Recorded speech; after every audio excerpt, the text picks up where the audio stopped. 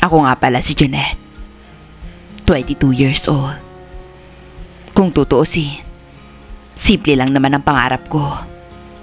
Ang makatulong sa pamilya ko. Ang makaipon kahit papaano.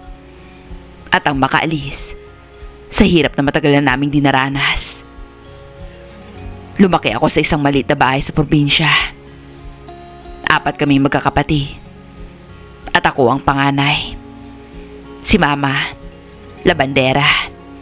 Si Papa naman, paminsan-minsan lang may sideline bilang karpintero.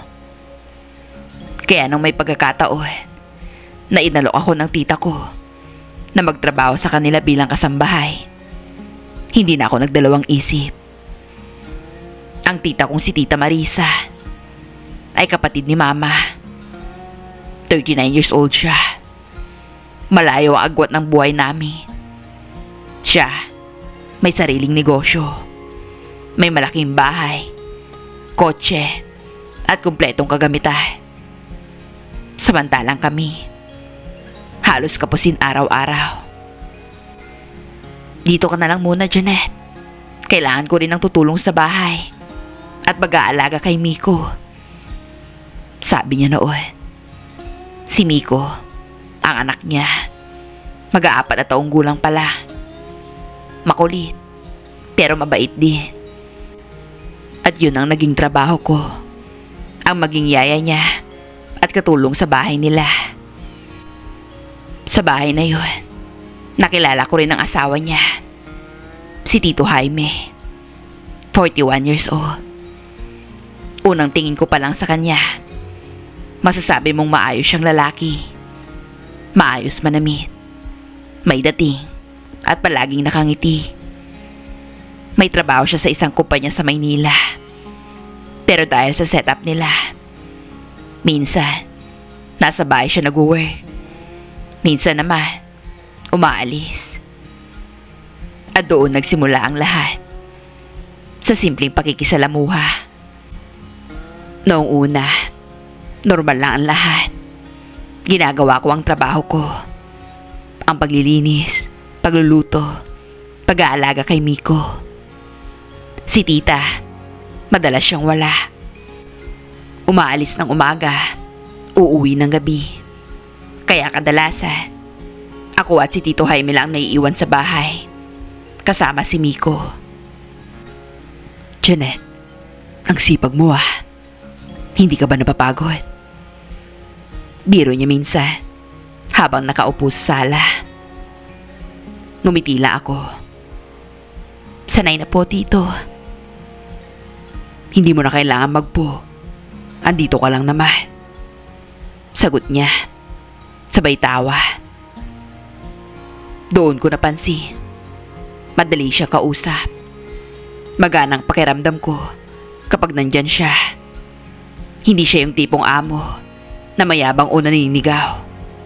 Sa halip, parang kaibigan ko lang siya. Habang tumatagal, napapansin ko na rin yung mga biro niya na minsan parang may halong kakaiba. Kung hindi ka lang pamangkin ng asawa ko, baka niligawan na kita. Sabi niya minsan, sabay ngisi. Napangiti ako, pero hindi ko alam kung paano ako magre-react.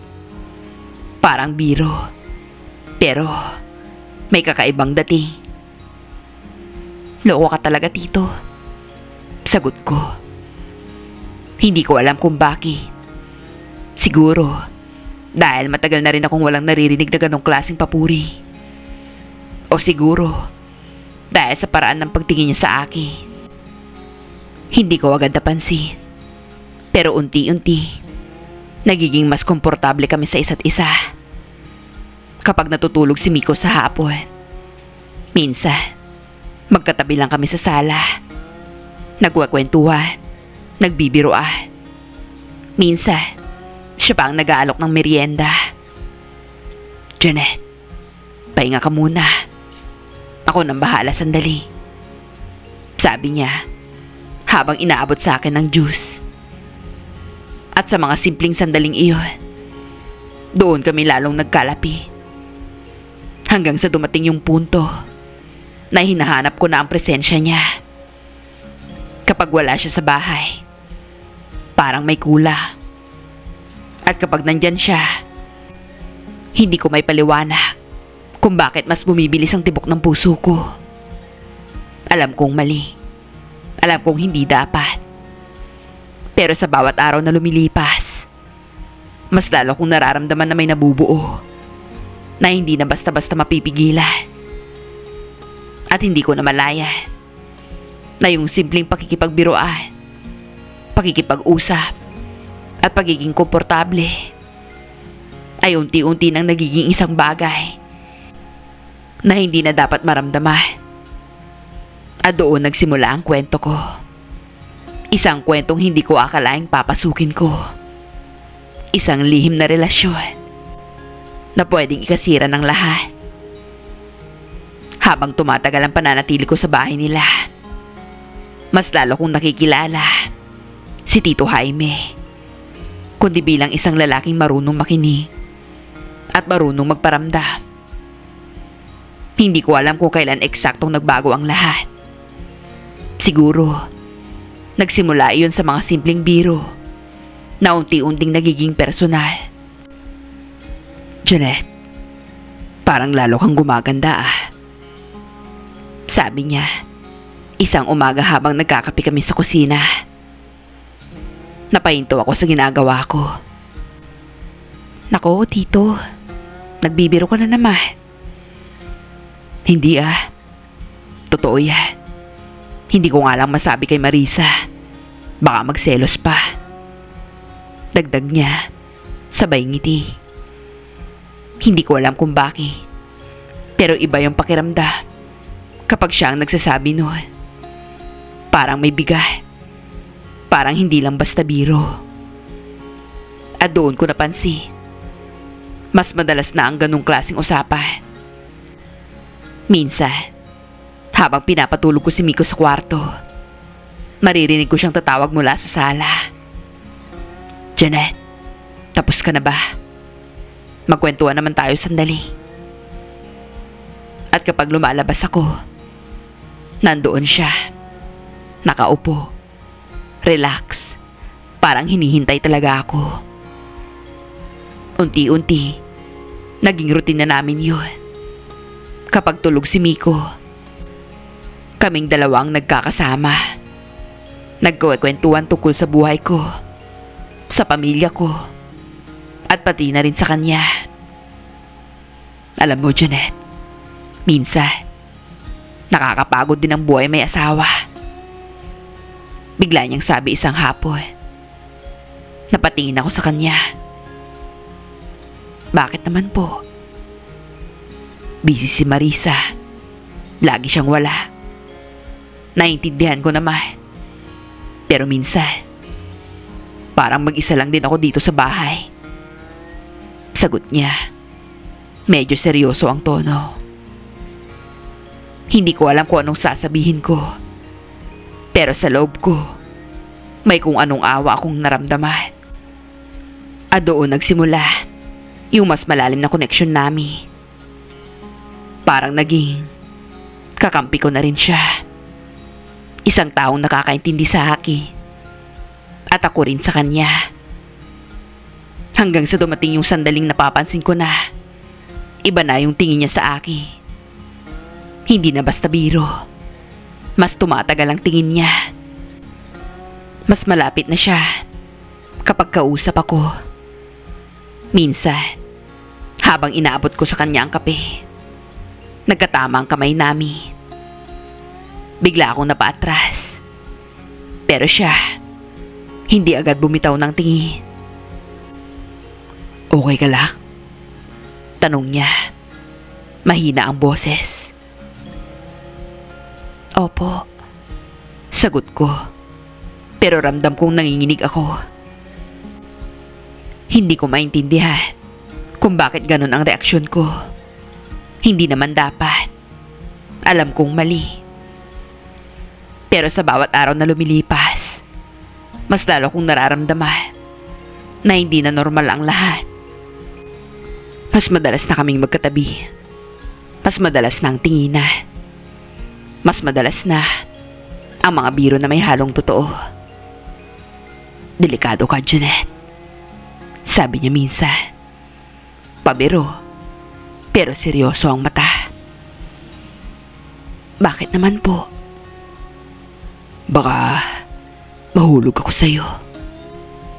Napatawa ako, pero hindi ko may tatanggi. Kinabahan ako. Kasi sa totoo lang, ako na rin mismo ang nauhulog. Hindi ko lang masabi. Hindi ko lang matanggap. Hanggang sa isang araw, habang tahimik ang buong bahay at tulog si Miko sa kwarto, naramdaman ko na lang na hindi na kayang manatiling ganito la. May bigat na tensyon sa pagitan naming dalawa. Hindi ko makakalimutan ang hapon na yun. Si Tita Marisa, gaya ng nakasanayan, wala pa, abala sa negosyo niya. At kaming dalawa lang ni Tito Jaime ang nasa sala, habang tulog na tulog si Miko sa kwarto. Nanonood siya ng TV, habang ako naman ay nagkukunwaring nag-aayos ng mga gamit.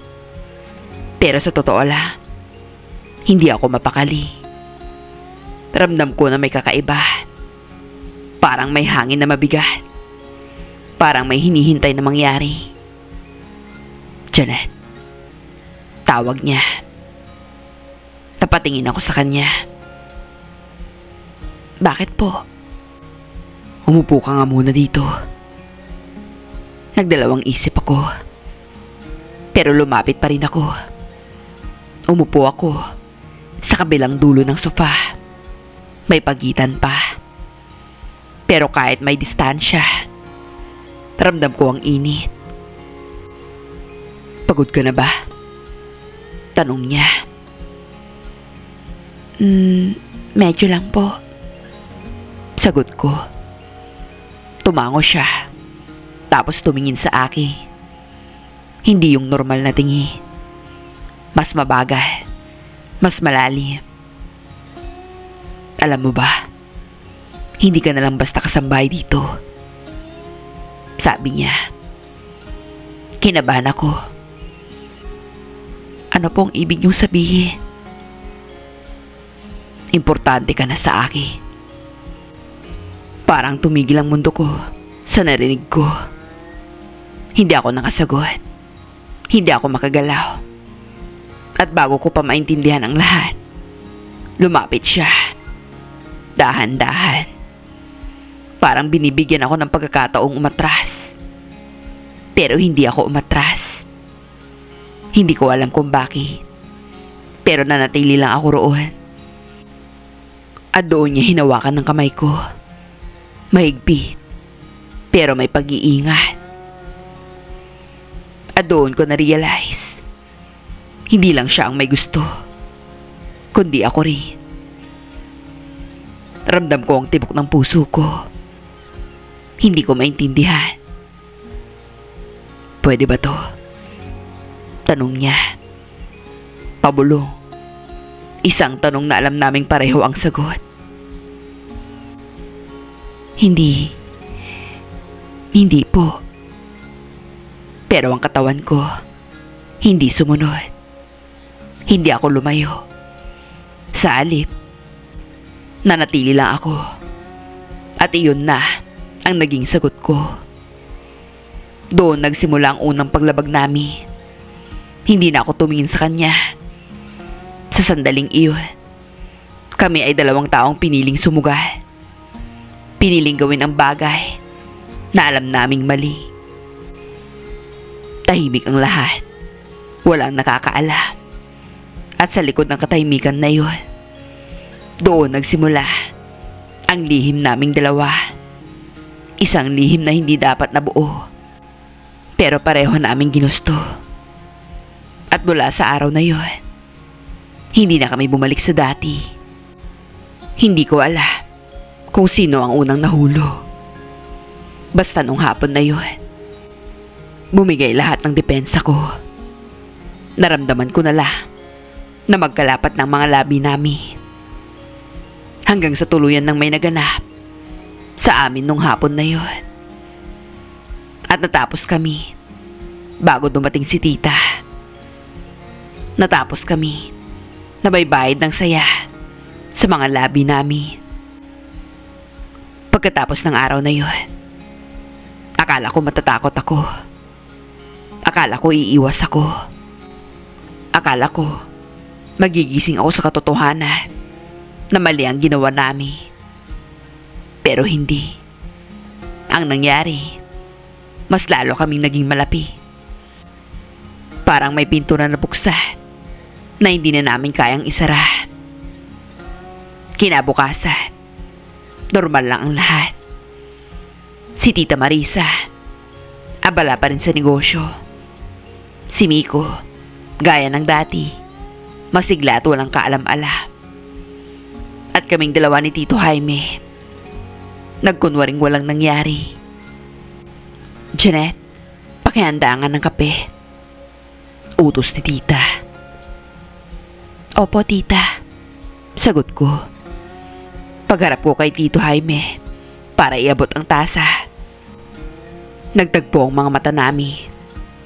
1 segundo la. Pero sapat na para maalala naming dalawa ang lahat. Wala kaming sinabi, pero pareho naming alam. At doon nagsimula ang doble naming buhay. Kapag nandyan si tita, maayos kami. Magalang ako. Tahimik siya. Walang kahit anong pahiwati. Pero kapag kaming dalawa nala, doon nagbabago ang lahat. Mas nagiging madalas ang pagkakataon. Lalo na tuwing tulog si Miko at wala si tita. Parang unti-unti nasasanay na kami.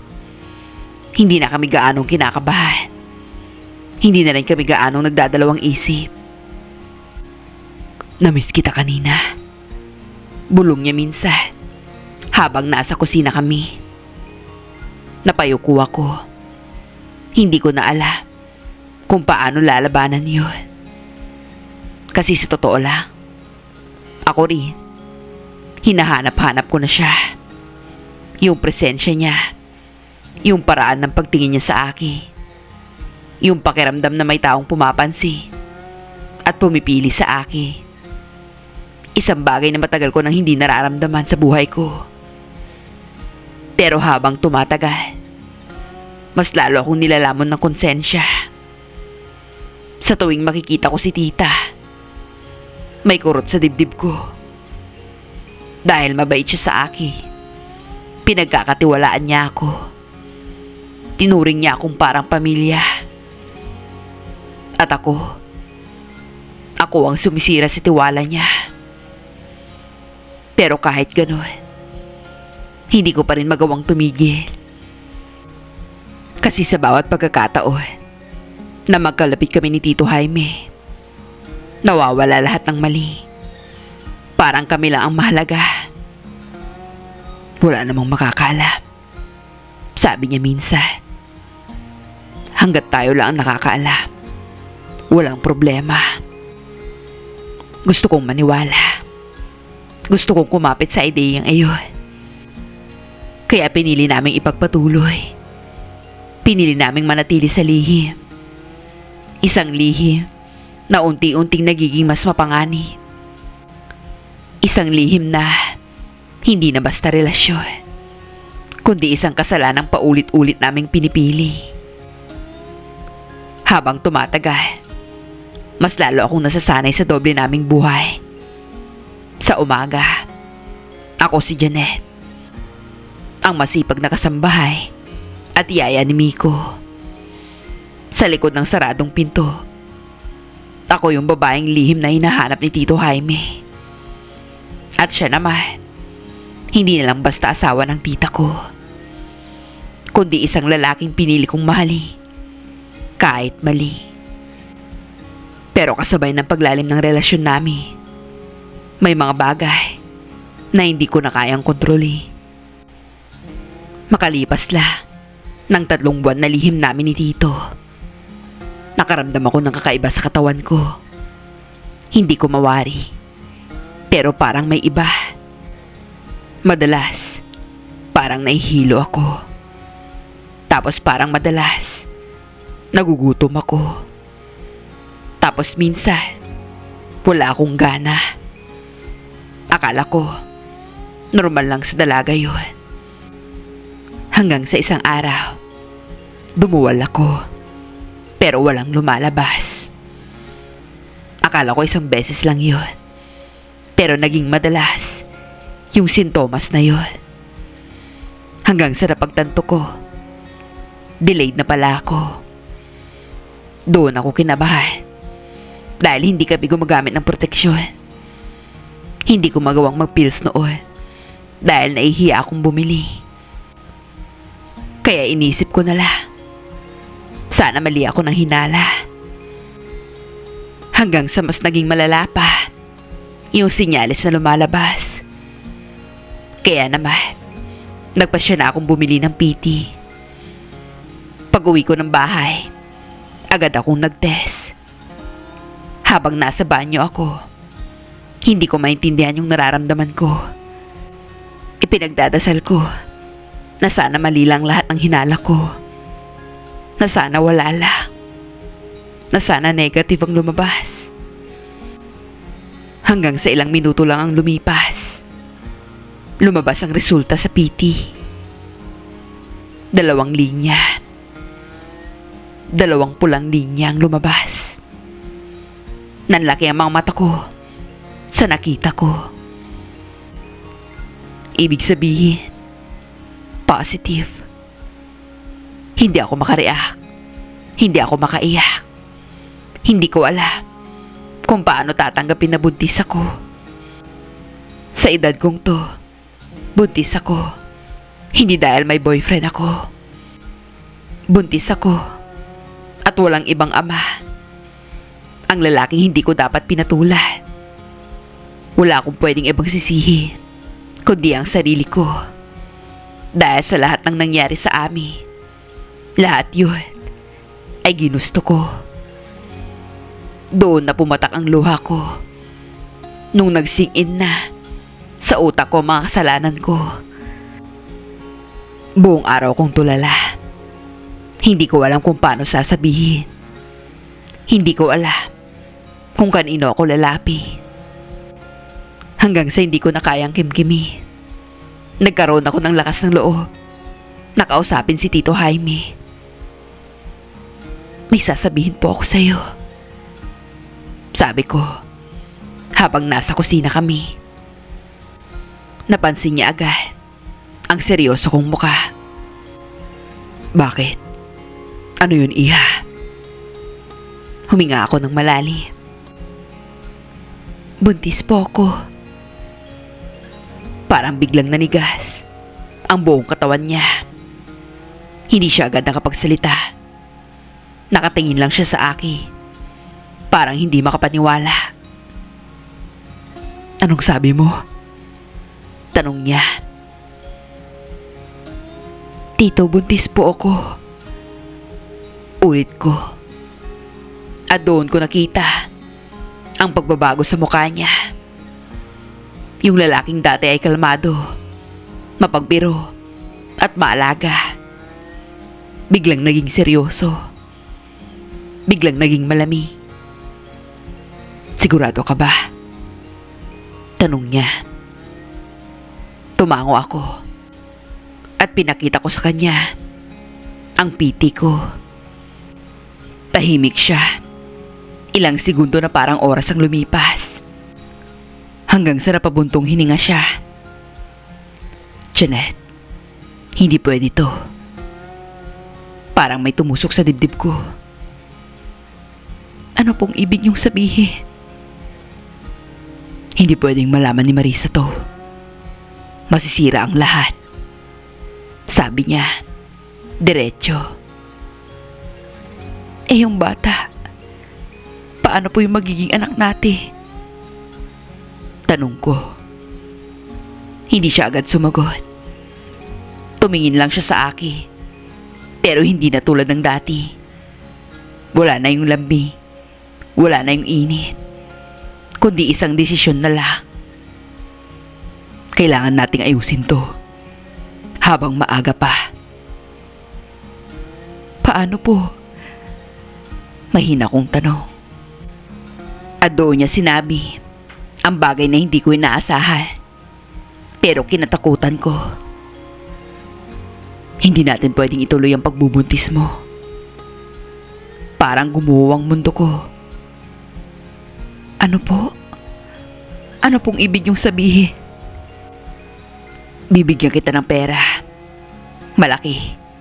Para makapagsimula ka uli. Pero kailangan tapusin natin to.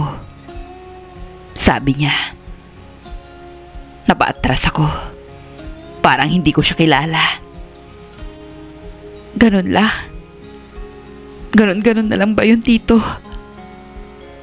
Tanong ko. May luha na sa mata. Ganon lang ba kadali yun para sa'yo? Hindi madali para sa akin yun, Janet. Pero ito lang ang paraan para hindi tayo mabuking. Sagot niya. Para kanino? Tanong ko. Hindi siya sumagot. At doon ko na na-realize. Hindi pala kami pareho ng pinanghahawakan. Para sa kanya, lihim lang ito. Pero para sa akin, totoo. Totoo yung nararamdaman ko. Totoo yung nangyari. At ngayon, totoo na rin ang batang dinadala ko. Pero para sa kanya, problema lang ito na kailangan burahi. Naiwan akong nakatayo sa kusina. Mag-isa, nalilito, nasasaktan. At higit sa lahat, hindi ko na alam kung anong gagawin ko. Ipaglalaban ko ba ang batang ito? O susundin ko ang lalaking minahal ko? Kahit kapalit nun, ang konsensya ko habang buhay.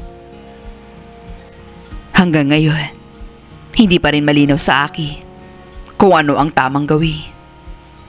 Ilang araw nang lumipas matapos kong sabihin kay Tito Jaime ang tungkol sa pagbubuntis ko. Ilang araw na rin akong nag-iisip, umiiyak, at paulit-ulit na kinakausap ang sarili ko. Pero hanggang ngayon, wala pa rin akong sagot. Hindi ko na siya gaano kinakausap. At siya rin, parang umiiwas na. Kapag nandyan si Tita Marisa, normal lang ang lahat.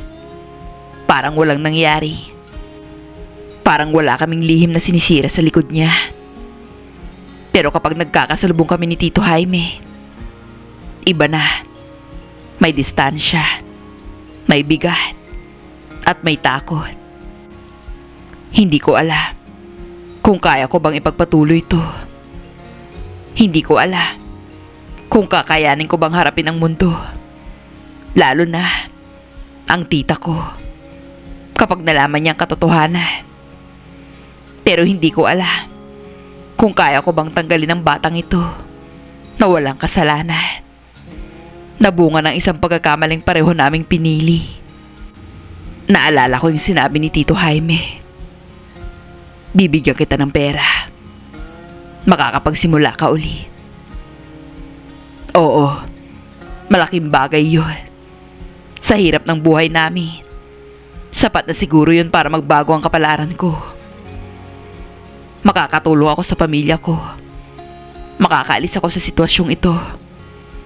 Pero kapalit nun, kailangan kong kalimutan ng batang ito. Kailangan kong dalhin ang konsensya ko habang buhay. At iyon ang hindi ko alam kung kakayanin ko. Minsan, naiisip ko, paano kung pipiliin ko ang anak ko? Paano kung ipagpapatuloy ko ito kahit mag-isa? Handa ba akong harapin ang galit ng tita ko? Ang kahihiyan? Ang paghuhusga ng ibang tao? Handa ba akong maging ina? Kahit sa ganitong paraan, nagsimula ang lahat. At higit sa lahat, kaya ko bang mabuhay na alam kong sinira kong pamilya na tumulong sa akin? Sa totoo lang, hindi ko na alam kung ano ang tama o mali. Ang alam ko lang, may dalawang buhay na nakataya sa desisyon ko. Yung akin at yung batang dinadala ko. Kaya ngayon, ito ang dahilan kung bakit ibinabahagi ko ang kwento ko. Hindi para husgahan, kundi para humingi ng payo. Kung kayo ang nasa sitwasyon ko, ano ang pipiliin nyo? Yung bagong simula na may kasamang pera, pero kailangang isuko ang batang walang kamalay-malay, o yung panindigan ang buhay na nabuo, kahit kapalit nun ay ang lahat. Ito ang kasalanang hindi ko alam kung paano itatama. At hanggang ngayon, naghahanap pa rin ako ng sagot. Sana matulungan niyo po ako. Sana mapayuhan niyo po ako. Alam kong nagkamali ako. Alam kong kasalanan ko ang lahat. Ngayon, nagsisisi ako sa lahat ng ginawa ko. Kung may babalik ko lang ang panahon, sana pala, nung una pala, umiwas na ako. Hanggang dito na lamang. Lubos na gumagala. Janet.